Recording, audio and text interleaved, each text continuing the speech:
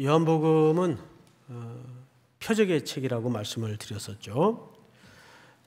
전반부는 표적으로 가득한 기록이었고, 이제 12장 이후로는 예수님이 십자가를 향해서 걸어가는 길에 대한 설명입니다. 그런 의미에서 오늘 이 부분은 표적의 사실상 마무리입니다. 근데 첫 번째 표적을 기억해 보니까 가나 땅에 혼인 잔치로 시작이 됐어요. 기억나시죠? 근데 오늘 마지막 표적이 잔치로 끝이 납니다. 할렐루야. 예. 이것이 우리 기독교인들이 종국으로 맞을 환희스러운 운명입니다.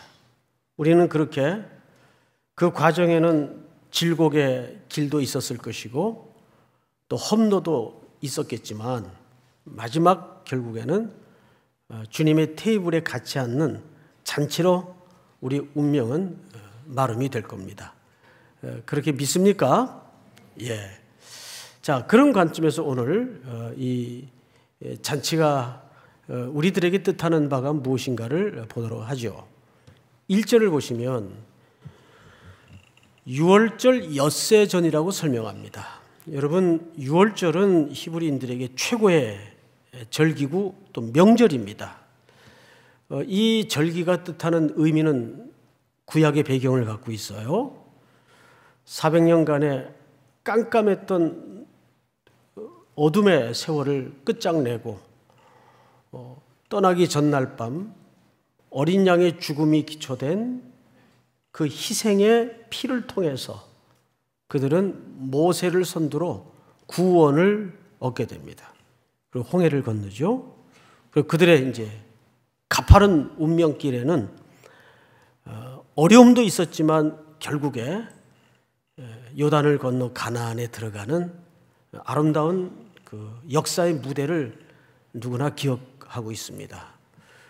특별히 그런 의미에서 유월절은 어린 양의 죽음이 기초된 희망의 여정이라는 것을 놓쳐서는 안 돼요.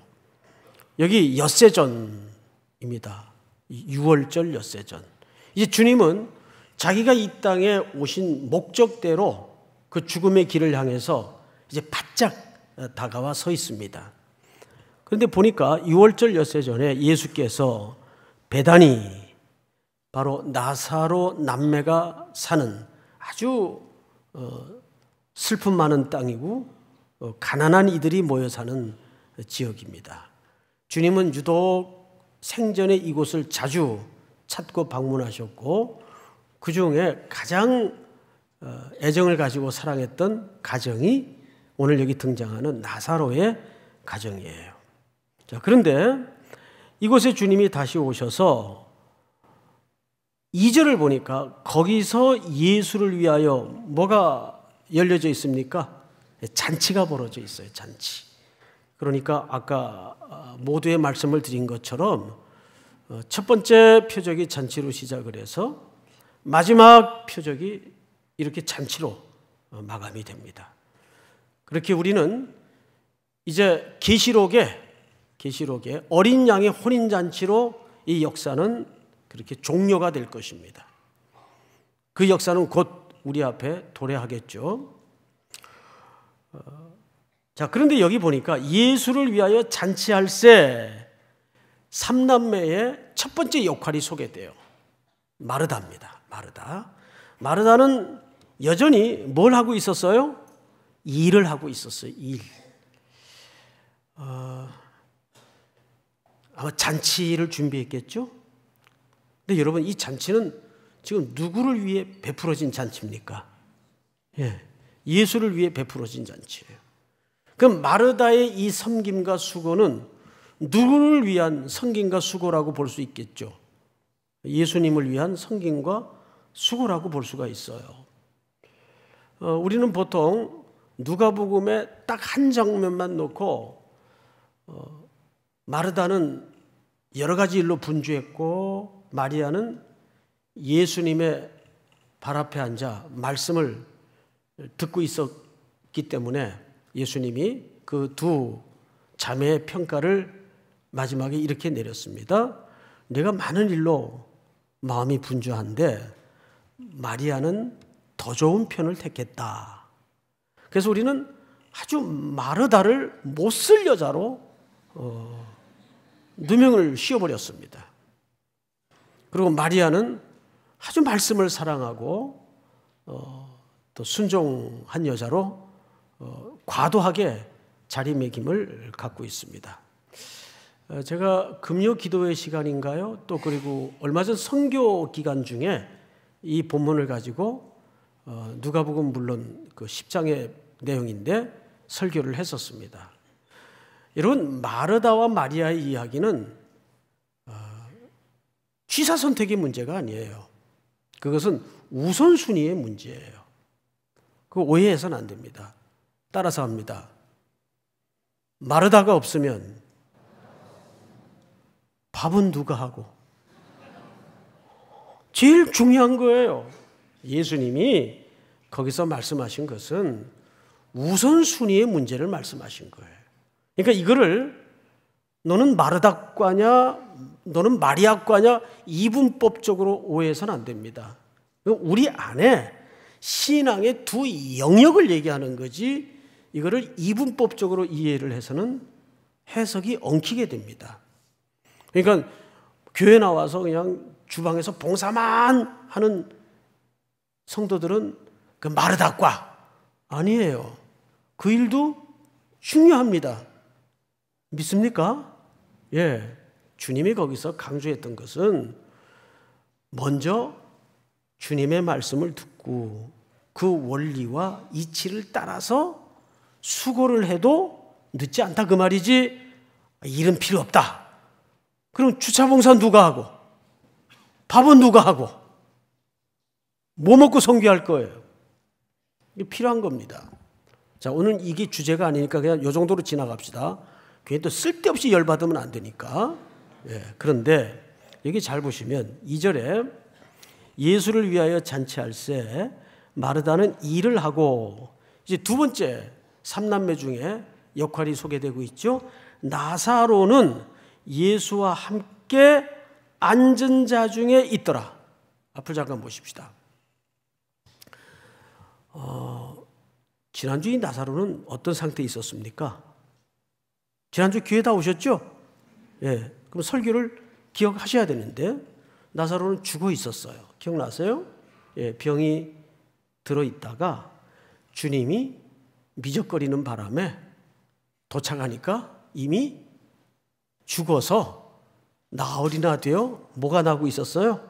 냄새가 나고 있었어요. 죽었던 자입니다.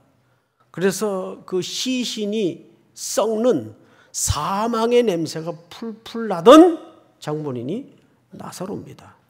그런데 주님이 그를 무덤에서 걸어 나오라 명령하시고 그는 놀랍게도 마지막 표적으로서 부활을 경험하게 됩니다.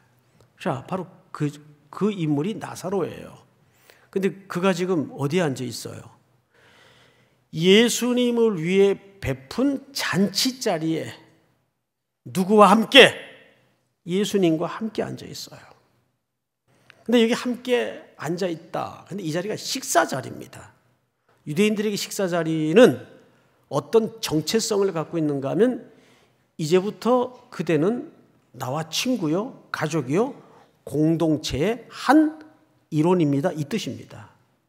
그래서 여러분 시편 23편에 보면 비슷한 그림이 하나 소개되죠.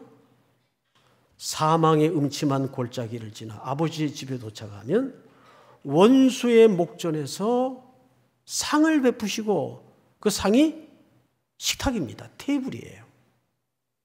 그 말은 다윗이 왕위에 앉은 다음에 자기를 죽이려 했던 사울의 아들들을 어디에 앉힙니까?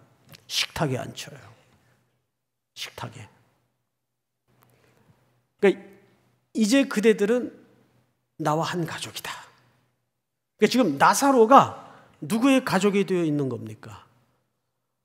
예수 그리스도의 한 가족이 되어 있는 거예요. 어제까지만 해도 죽어서 냄새가 나던 사망이 왕노릇하던 인생이었어요. 그런데 주님께서 그 사망을 끝장내시고 사망을 부셔버리고 이제 잔치자리에 앉히셔서 그 잔치를 향유하고 공유하고 있어요. 누구의 그림이에요? 여러분들이 지금 이 이야기를 그런 표정으로 들어서는 안 돼요. 이건 놀라운 구원의 그림을 설명하고 있는 거예요. 우리가 주님의 구원하심이 없었다면 바로 지금 사망이 왕노릇하는 그 자리에 앉아 있었을 뻔했던 인물들입니다. 근데 지금 예배의 자리에, 생명의 자리에 주님의 초대로 앉아 있는 거예요. 할렐루야. 자, 그런데 이제 그 다음 그림을 한번 보십시다. 세 번째 역할입니다. 마르다의 역할, 나사로의 역할, 그리고 이제 세 번째 역할을 소개받습니다. 3절을 중요하니까 한번 우리 찬양대원들만 한번 같이 읽을까요? 시작. 마리아는 지극히 비싼 향유 곧 순전한 나드 한 근을 가져다가 예수의 발에 붓고 자기 머리털로 그의 발을 닦으니 향유 냄새가 집에 가득하더라. 오늘 본론입니다. 중요하겠죠? 자, 여기 우선 향유 그리고 곧 순전한 나드 한 근이라 그랬어요. 무게 단위를 썼네요. 근데 이게 어느 정도의 당대 값어치를 얘기하는지 아직 요한은 소개하지 않았어요. 그런데 바로 이어서 4절에 보니까 제자 중 하나로서 예수를 잡아줄 가롯 유다가 발언을 합니다. 그 발언의 내용을 좀 들어보십시오. 이 향유를 어찌하여 300데나리온에 팔아? 자, 앞을 잠깐 보십시다. 그러니까 악인도 역할이 다 있어요. 금방 그 사이에 뭘 놨나요? 계산기를 두드려 보니까 저거 팔면 당대 얼마 값어치입니까? 300데나리온이에요. 그러면 지금 뭐 원 단위를 쓰는 또 달러를 쓰는 우리 입장에서는 이 300데나리온의 그 분량이 감이 잘 안 잡힐 테니까 당대 문화 개념에서 설명을 좀 드릴게요. 하루 노동자들이 죽어라고 일해서 받는 품삯이 1데나리온입니다. 그러면 1년 내내 명절 안 쉬고 안식일 안 쉬고 매일 일해서 안 먹고 안 쓰고 안 입고 모아도 365데나리온이에요. 그러면 이 당시 사람들에게 반드시 쉬어야 되는 날은 안식일 52주는 쉬었을 거 아니에요. 어쨌든 1년에 7일 단위로 하루를 쉰다면 자 그러면 이 사람들도 당연히 우리네들처럼 명절이 있었을까요? 없었을까요? 당연히 있었겠죠. 명절 끼고 어쩌고 저쩌고 하면 300데나리온이면 어느 정도 분량입니까? 노동자가 1년 동안 매일 일해서 안식일 빼고 명절 빼고 매일 일해서 안 먹고 안 입고 안 쓰고 모아도 시원찮을 액수예요. 그 정도 액수에 해당하는 향유를 이 가난한 남매의 집에서 특별히 마리아가 모아두었던 것을 예수님 발에다가 부어버립니다. 자, 여기 큰 메시지가 있어요. 우선 당시 발을 닦는 신부는 종들밖에 없어요. 그러면 스스로 마리아는 예수님의 뭘로 자기 자신을 자리매김한 겁니까? 종의 신분으로 자리매김을 한 거예요. 게다가 여인들에게 머리는 이 머리카락은 신체 중에 가장 고귀한 부분입니다. 그러니까 자기의 가장 고귀한 것을 스스로 종의 신분으로 내려앉아서 그거를 예수님의 발을 닦고 있는 거예요. 모두를 부어서. 이게 뭘까요 도대체? 이때 가룟 유다가 나섭니다. 야, 이 사람들아, 그거를 팔아서 300데나리온에 해당하는 사람들을, 가난한 사람들을 도와주었으면 더 좋을 뻔했는데 그럼 무슨 말을 고담했을까요? 왜 이렇게 쓸데없는 짓을 하고 낭비를 하느냐? 굉장히 절약정신과 검소함과 이런 거를 강조하는 줄 알았는데 요한이 성령의 감동을 받아서 가룟 유다의 동기를 들통을 냅니다. 5절을 다 같이 읽겠습니다. 6절을 다 같이 시작. 이렇게 말함은 가난한 자들을 생각함이 아니요 그는 도둑이라 돈꾀를 맞고 거기 넣는 것을 훔쳐 가미러라. 정확하게 도둑놈입니다. 그러니까 이거를 헬라 시제 그대로 읽으면 다시 한번 제가 읽어볼게요. 헬라 시제대로 이렇게 말하면 가난한 자들을 생각함이 아니요 그는 도둑이라 돈꾀를 맞고 거기에 넣는 것을 늘 훔쳐가곤 했다. 지금도 진행 중이에요. 항상 그는 회계를 감당하고 있었기 때문에 삥땅을 친 거예요. 삥땅을. 요즘 삥땅이라는 말 안 쓴가요? 예. 이게 굉장히 시장 언어인데 사실 예수님도 헬라어를 쓰신 걸 보면 시장 언어를 많이 쓰셨어요.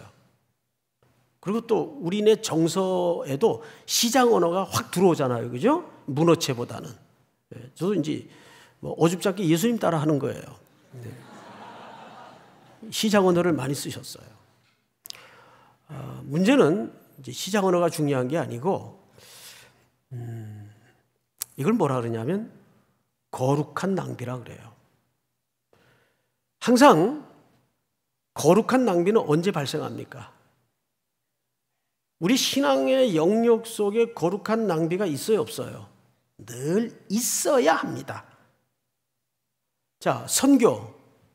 세상 사람들이 볼 때는 가장 덜 떨어진 일을 갖고 한심한 일 같아요. 저 금쪽 같은 휴가를 왜 저 험제가 다 쓰고 오나? 근데 교회가 돈 대주는 것도 아닌데. 그 사람들 시선에서 볼 때는 뭐예요? 그냥 낭비하는 거예요. 쓸데없는 짓이고.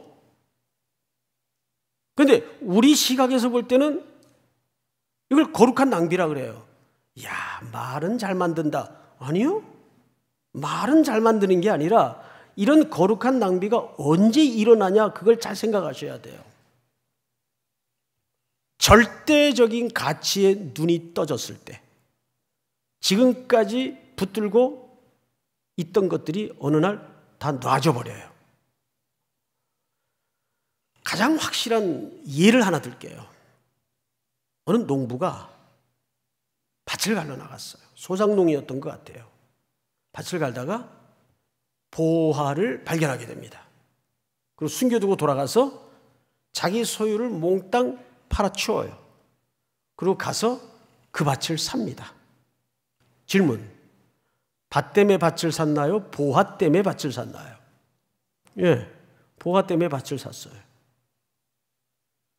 그러면 밭을 갈다가 그 밭을 가는 행위는 그가 벌어먹고 사는 생계수단입니다. 일상이라고 할 수 있죠. 일상을 살다가 어느 날 내 인생에 절대적 가치가 갑자기 눈이 떠진 겁니다. 이거구나. 이게 진짜구나. 이게 전부구나. 확 눈이 열어지는 순간 지금까지 전전긍긍하고 하던 모든 것들이 분토처럼 여겨지고 배설물처럼 여겨지는 거예요. 그 고백을 바울이 하잖아요. 족보로 말하면 나보다 화려한 사람 있으면 나와보라 그래라. 육체적인 전력으로 얘기하면 나도 너희들 못지않다. 그러나 그리스도 안에 발견되는 순간 내가 모든 것들을 배설물로 여겼다. 어느 날 갑자기 사랑이 훅 찾아오는 거예요. 여러분, 예수를 만난다는 건 이런 겁니다. 그 예수라는 절대 가치의 눈이 열어지는 순간, 가슴과 가슴이 맞닿는 순간 나머지는 다 배설물로 여겨지면서 그때부터 거룩한 낭비가 가능해지는 겁니다. 그걸 세상 사람들은 미쳤다고 얘기하고 쓸데없는 짓이라고 얘기하고 가룟 유다처럼 낭비라고 얘기합니다. 근데 우리는 이것을 거룩한 낭비라고 하죠. 이게 일어난 거예요. 여러분 3절을 다시 볼까요? 마리아는 지극히 비싼 향유 곧 순전한 나드 한 근을 가져다가 예수의 발에 붓고 자기의 머리털로 그의 발을 닦으니. 3절 오늘 제목이기도 한데요. 향유 냄새가 집에 가득하더라. 무슨 냄새가 가득해요? 마리아의 헌신의 절정인 그 기름 부었던 향유 냄새가 온 집안에 진동하기 시작해요. 근데 여러분 한 장만 앞으로 넘겨서 11장 39절을 봅시다. 전체가 한번 같이 읽어볼까요? 11장 39절 시작. 예수께서 이르시되 돌을 옮겨 놓으라 하시니 그 죽은 자의 눈이 마르다가 이르되 주여 죽은 지가 나흘이 되었음에 벌써 냄새가 나나이다. 자, 무슨 냄새가 나고 있었어요? 사망의 냄새로 진동하던 곳이었어요. 근데 지금은 이 온 집안에 무슨 냄새가 가득해요? 향유내음이 가득해요. 할렐루야. 무엇이 이런 역사적 반전을 가져왔을까요? 복음이 능력입니다. 예수의 부활의 권능입니다. 믿으십니까? 우리가 지금 어디에 있었어요? 원래 사망의 왕노릇하던 죽음의 냄새가 가득한 현장에 그 메커니즘 속에 썩은 냄새가 풀풀 나는데 잉여인간 쪽에 안 서려고 무한 경쟁 속에 매달려서 질주를 하던 사람들이었어요. 요즘 저녁마다 신명기 강해를 합니다. 신명기 강해는 가난한 이웃에 대한 죽어가는 영혼들에 대한 자비를 개인에게 맡기지 말고 공동체가 제도적으로 시스템적으로 책임져라는 명령을 합니다. 아주 중요한 명령이에요. 자, 요즘 우리 사회에 가장 절박한 화두가 뭔지 아세요?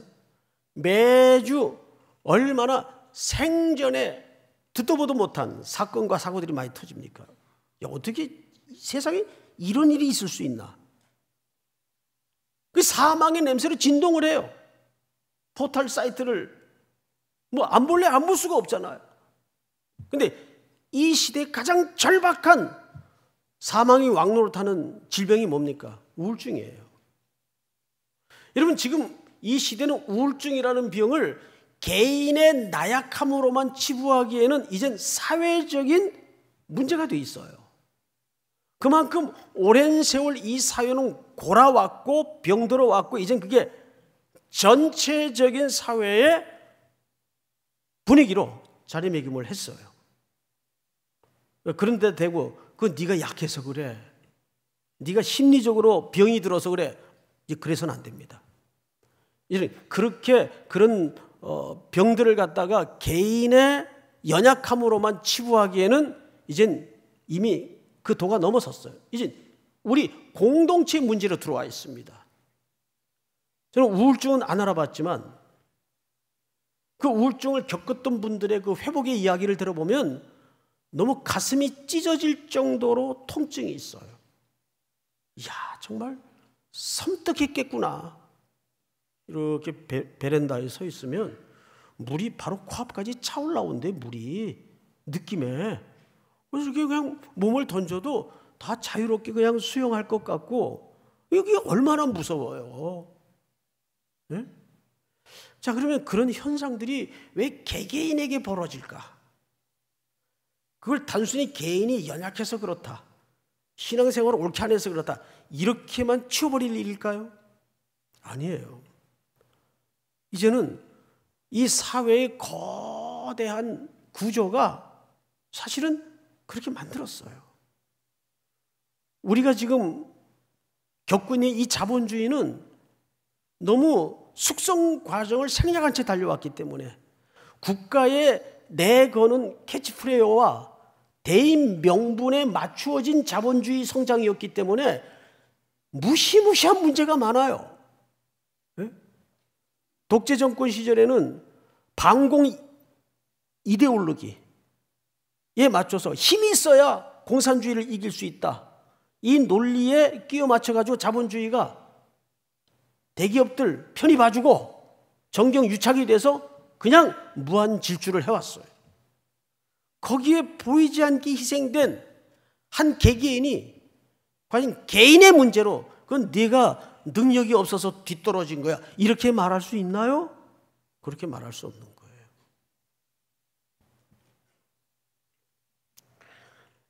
그게 바로 이 사망이 왕노릇하는 지금 세상입니다. 이거를 치유할 수 있는 방법은 복음의 메시지밖에 없어요. 복음은 이 사회, 교회에 뭘 지금 명령하고 있는가? 거기에 우리가 복음적 대안을 가져야 된다는 거죠. 지금 예수님과 함께 어제까지 죽음의 냄새 속에 썩어가던 한 영혼이 새로운 생명을 얻어서 예수님과 이 잔치 자리를 공유하고 있다는 사실이에요. 그래도 희망은 복음밖에 없다는 사실을 설명하고 있는 거예요. 믿습니까? 자, 성경을 또 보십시다. 4절, 제자 중 하나로서 예수를 잡아줄 가룟 유다가 말합니다. 이 향유를 어찌하여 300데나리온에 팔아 가난한 자들에게 주지 아니하였느냐 하니. 여러분, 이 의도는 우리가 밝혔어요. 도둑의 심보라는 의도를 우리가 성경을 통해서 확인했습니다. 근데 여기 아주 절묘한 대비를 하나 발견해야 됩니다. 이 행위를 예수님은 7절 이렇게 평가합니다. 예수께서 이르시되 그를 가만두어 나의 장례할 날을 위하여 그것을 간직하게 하라. 이거 누구 보고 한 얘기냐면 지금 자기의 전 존재를 부어서 예수님의 절대적 가치 앞에 모든 걸 헌신하고 있는, 감사를 고백하고 있는 마리아에게 하는 얘기예요. 자, 그러면 유다와 마리아를 비교해 보자고요. 같은 예수님을 놓고 유다는 예수님을 넘겨줄 준비를 하고 마리아는 예수님의 해석대로 무슨 준비를 하고 있다고요? 장례를 준비하고 있다고요. 이 장례는 뭘 얘기할까요? 이제 곧 십자가에 죽으실 예수님의 구속의 사건을 얘기하는 거예요. 오늘 이 본문에는 나와 있지 않지만 마가나 마태 기자는 생략하지 않은 본문 하나가 있어요. 그냥 읽어드릴 테니까 들어보세요. 복음이 전파되는 곳에는 이 여자가 행한 일도, 이 여자는 누굴 가르치죠? 마리아입니다. 행한 일도 말하여 그를 기억하리라. 무슨 뜻일까요? 여러분, 복음 전파되는 곳마다 마리아 얘기 나온 적 있어요? 없죠. 여기는 무슨 얘기예요? 마태도 이 이야기를 했고 마가도 이 이야기를 했어요. 이것은 마리아라는 한 개인의 퍼스널리티를 얘기하는 것이 아니라 이것은 마리아가 여기서 말하고 있는 십자가를 향한 준비를 얘기하는 거예요. 그러니까 우리의 모든 삶은 앉으나 서나 먹든지 마시든지 십자가를 위한 준비의 삶이어야 합니다. 믿으십니까? 그것이 우리가 이 시대에 부여받은 사명이에요. 우리 삶의 기초예요. 먹든지 마시든지 무엇을 하든지 십자가를 위하여 걸어가는 삶. 주님이 이 땅에 남겨진 가난한 자들과 함께하라는 몫을, 그러면 여기서 말하는 가난한 자는 과연 뭘 이렇게 돈이 없고 늘 물리적으로 궁핍한 사람만을 얘기하는 걸까요? 그런 시각으로 보는 것 또한 세속적인 시각입니다. 성경에서 푸토코스라는 절대 결핍에 해당하는 가난한이라는 의미는 단순히 물리적인 궁핍을 얘기하는 게 아니에요. 돈을 아무리 널널하게 쌓아놓고 있어도 가난한 사람들 많아요. 궁핍한 사람들 많아요. 그래서 잘 사는 거하고 부자는 구분할 줄 알아야 돼요. 돈은 없지만 잘 사는 사람들이 있어요. 맞죠, 여러분? 부자인데 참 불쌍하게 사는 사람들이 대부분이에요. 그걸 구분하셔야 돼요. 애들이 부잣집 갔다 오면 그래요. 오, 아빠 쟤네 집 되게 잘 살아. 그럼 그때마다 그 언어 속에 담긴 의미를 교정해 줘야 돼요. 예, 태근아, 네 생각에는 잘 사는 기준이 뭐냐? 이러고 질문으로 가르쳐야 돼요. 뭐 자가용도 몇 개 있고 집도 3층이고 뭐 그 3층 어떻게 그거 오르내려요? 그거. 응? 그런 건 잘 사는 게 아니란다. 정말 잘 사는 거는 예수님 위에서 사는 게 진짜 잘 사는 거란다. 너무 유아적인 가르침 같죠? 아니에요. 그게 진짜예요. 믿습니까? 이 귀한 주님의 고백이, 마리아의 헌신이 여러분들의 것이 되기를 주님의 이름으로 축복합니다. 다 일어나십시다.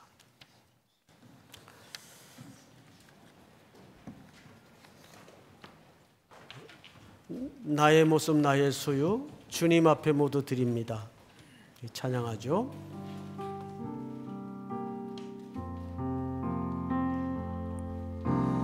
나의 모습 나의 소유 주님 앞에 모두 드립니다. 모든 아픔 모든 기쁨 내 모든 눈물 받아주소서.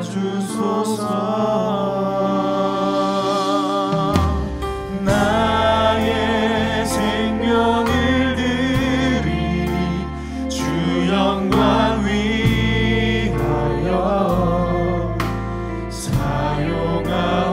사용하옵소서. 내가 사는 날 동안에 주를 찬양하며 기쁨의 제물 되리. 나를 받아주소서. 나를 받아주소서.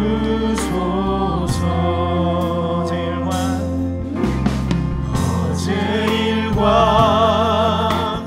내일 일도 금과 희망 모두 드립니다. 모든 소망 모든 계획 내 손과 마음 받아주소서. 나의 생명을 드리니 주 영광 위하여 사용하옵소서. 내가 사는 날 동안에 주를 찬양하며 기쁨의 제물 되리. 나를 받아주소서. 나의 생명이 나의 생명을 드리니 주 영광 위하여 사용하옵소서. 내가 사는 날 동안에 주를 찬양하며 기쁨의 제물 되리. 나를 받아주소서. 우리 잠시 한번 숙인 채로 기도합시다. 내 안에 거룩한 절대적 가치를 향한 거룩한 낭비가 내 삶의 한 부분에 있는지를 돌아보십시다. 자기의 모든 것을 들여 주님의 발을 닦아주던 마리아처럼 그 거룩한 낭비는 바로 십자가를 준비하는 행위였습니다. 사랑하는 성도 여러분, 이 삶의 단순한 패턴이 우리가 평생토록 놓치지 않고 잃어버리지 말아야 될 가장 숭고한 가치입니다. 우리 서신처로 한번 이 두 가지 제목과 진행되고 있는 모든 선교의 일정을 놓고 주여 부른 다음에 소리내어 동성으로 기도합니다. 주여, 사랑하시는 아버지, 영광을 받아주시오.